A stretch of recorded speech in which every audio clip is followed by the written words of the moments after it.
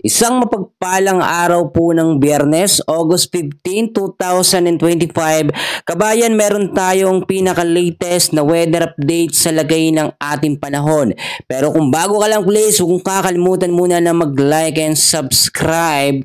Maraming salamat po. Sa kasalukuyan mga kaibigan ko, magandang balita, wala ho tayong minomonitor na bagyo sa loob ng ating Philippine Area of Responsibility. Kung makikita nyo si Bagyong Goryo or Fudol international name ay nakalabas na ng PAR at isang ganap na lamang na tropical depression or mahinang bagyo. Napakalayo na nito sa ating bansa. Kaya naman walang direktang epekto itong si Bagyong Goryo ngayon sa loob ng ating bansa. Sa ngayon mga kaibigan ko, ang nagbibigay po ng mga pag-uulan o sama ng panahon sa malaking bahagi ng ating bansa ay ito pong habagat or southwest monsoon. So eto mga kaibigan, sinasabi natin bago natin alamin yung mga lugar na apektado nga po itong southwest monsoon or habagat, meron ho tayong minomonitor ngayon na dalawang cloud cluster or banta po mga kaibigan ng posibleng bagyo by next week or sa mga susunod na mga araw. Etong kumpol ng kaulapan mga kaibigan, kung makikita nyo sa ating ginagamit na radar system, makikita nyo isang kumpol ng kaulapan dito sa may bandang kanlurang bahagi ng ating bansa. Ang posible nga pong mabuo by next week. So etong isa na ito ay malapit po sa may Palawan area, at inaasahang mabubuo bilang isang low pressure area sa mga susunod po na mga araw, So maging handa tayo sa mga posibilidad na pwedeng mangyari.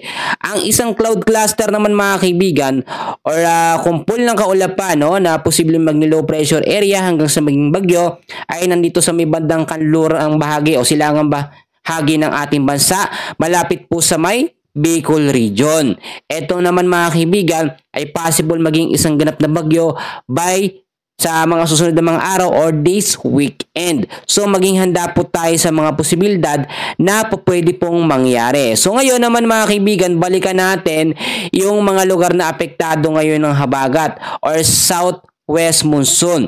Dahil nga po sa umiiral habagat or mas lumalakas, apektado ngayon ang malaking bahagi ng Metro Manila, ang Calabarzon, Mimaropa, Bicol Region, Visayas, Zamboanga Peninsula, BARMM, kasama ho dyan ang Northern Mindanao, Caraga, Isabela, Quirino, Aurora, Zambales, Bataan, Pampanga, Bulacan. So cloudy skies with scattered rains and thunderstorm ang ating aasahan. Ang ibig sabihin nito, kalat-kalat na pag-ulan na may kasamang malalakas na pagkulog at pagkidlat. And usually, naranasan natin yan kahapon, Talagang yung mga pag-uulan na yun, napakatindi at napakalakas. Akala natin bagyo, pero yun dahil sa habagat at kasama na rin ng mga localized thunderstorm. Ang ilang bahagi naman ng Mindanao, at the rest po ng Luzon ay patuloy din makakaranas ng isolated rain showers or thunderstorm.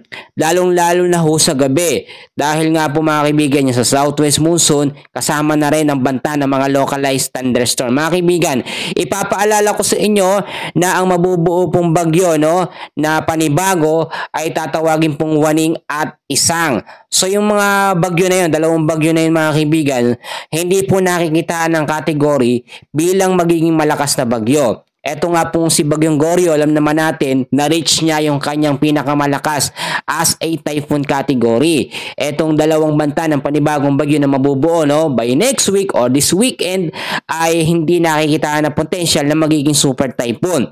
Maging malakas man ito mga kaibigan hanggang tropical storm mga kaibigan. Pero ang senaryo na ating tinitignan dito at kino-consider, possible nilang palakasin ang epekto nga po ng habagat or southwest monsoon dito po sa may bandang kanlurang bahagi ng ating bansa.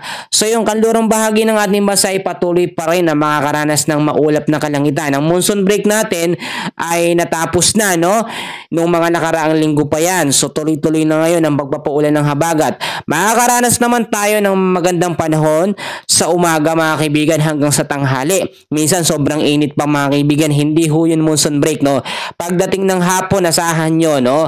Talagang magiging maulap ang kalangitan at biglang bubugso ang malakas na pag-uulan dahil yan sa mga localized thunderstorm at sa lumalakas ho na habagat or southwest monsoon.